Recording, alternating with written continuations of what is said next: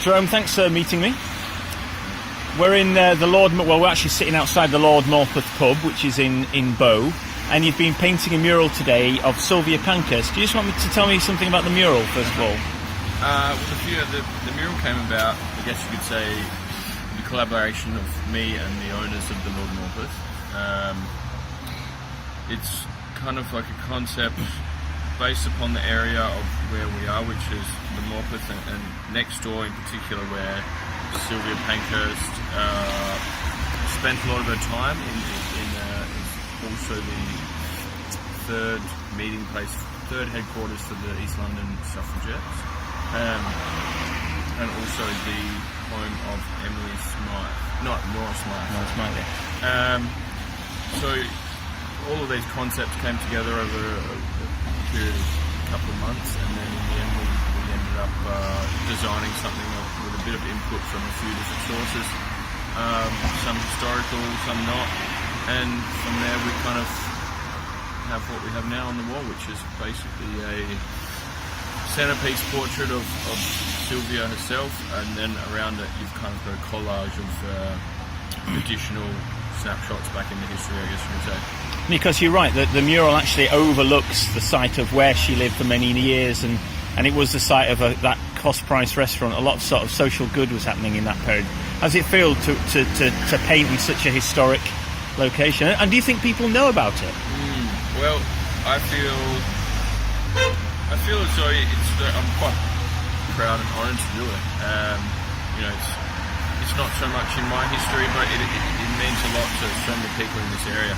They consistently have been stopping by and having a chat, and they know exactly who it is, what it's all about. So I think it just speaks for itself. And of course, the time, it was recently International Women's Day. It's 100 years since women got the vote. Well, some women got the vote. So it's a really relevant time to paint this, right? Yeah. I believe this year was definitely the moment in time that it was everything's happening in regards to gender pay gaps, in regards to equal rights of women and men, and I feel like it was just perfect that it all came together with the help of everyone that was involved, and along with the Women's Week, International Women's Week, and then obviously the centenary for the road. I couldn't have asked for a better year, I don't think, and it just happened to come about. So.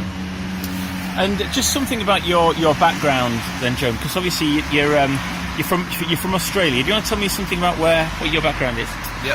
So I'm from a small wheat belt town. So wheat belt is like inland Western Australia. It's called Wickerton. Like only a population of a few hundred. Grew up on a farm for most of my life, and then ended up in Perth, and I grew up there. I have a background in musical, I have a background in theatre set building, and theatre production. That kind of led me into a bit of mural work and scenic painting in a degree, and that's how I got into it, with a bit of graffiti. It all came together, and this is what I do professionally now. And tell me about the graffiti. Were you a rogue in the day? I did. I have put my name on a fair few things, but as like everyone has in their life, I think it all contributes to where you want to go with it, and all contributes to what you paint today. So I wouldn't be as good as I am, or have as much passion for it if it didn't start out in graffiti. And what sort of stuff were you doing on the streets back then when you first started? Just words, characters and whatnot. Mainly words. I did my first portrait when I was in London, actually, in 2012 on Brick Lane. What was that? What was that of? It was a little girl. She was covering her mouth. It was like a bit of a speak no evil, hear no evil kind of thing. I saw this portrait. I remember this. It was near the railway bridge, and you were looking down towards Whitechapel. Yeah. So that kicked off my portrait career. Hey, that wasn't a bad first attempt at a portrait. Yeah. I was completely surprised. Yeah. So before then you were just doing lettering, right? And so Yeah, basically just lettering. Yeah, Oh, wow. consistently. So and where's the name come from? Ketones 6000, is it or 600? yeah, so ketones, is quite just a simple. It came about in a simple way. I was consistently writing Jerome D in a username bar on the computer, as you'd go to enter into a site or whatnot, and the autocorrect was always ketones. So 6000 is representative of my postcode of Western Australia. So it's got my roots, and it's also got my actual name in it. So yeah, it comes about in just a bit of an odd way, but Well, yeah. And then sort of, it's just starting to rain here. How are you for the rain? You all right?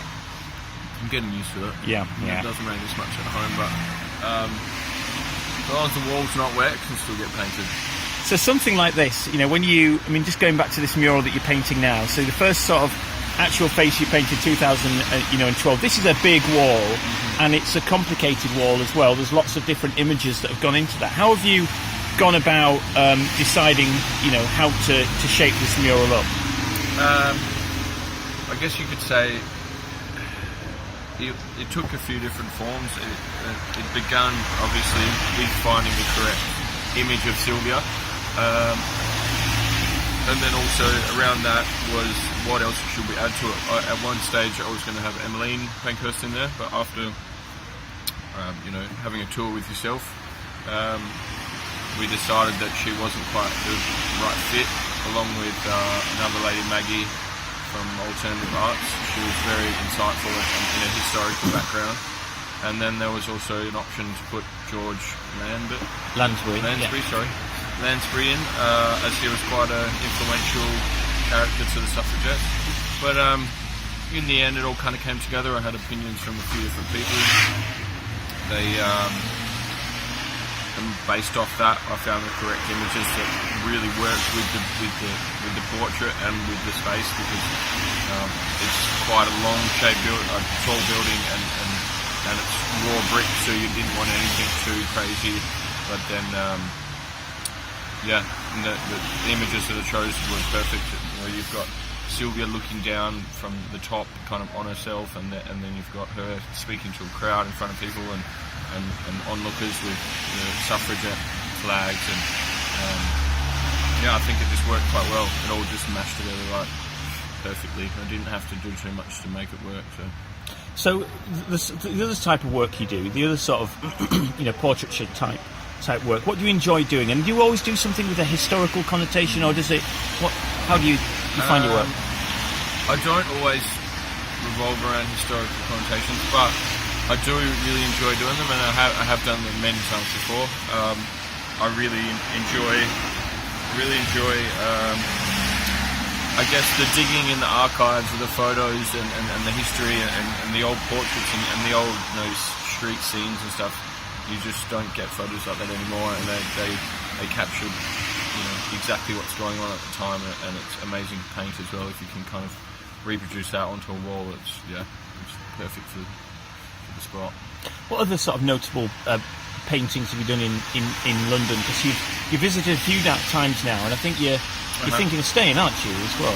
I'll be here for another year, and then I've got a few pieces up and down Bethnal Green Road mainly, a couple in Whitechapel, and up in Blackburn. I went up for Blackburn open walls. So there's a few that are actual permanent pieces, and also the Tiger itself in Homerton, on the outside of that as well. Hopefully we get to do a couple more. This is definitely not the last in London. So. What do you think of the street art scene generally in London? Is it one that you find good? Yeah, I think the scene in London is quite unique, and it's also really rapidly moving and consistently changing. Walls never last too long. It's not much of a permanent fixture, which is quite good in some ways. It gives you a chance to continually paint, and there's also a lot of opportunities to paint. There's some things I don't like about it as well, but mainly it's a pretty good scene, and everyone kind of does their own thing, and it just rolls on from that, I guess you'd say. Jerome, thanks very much. No worries.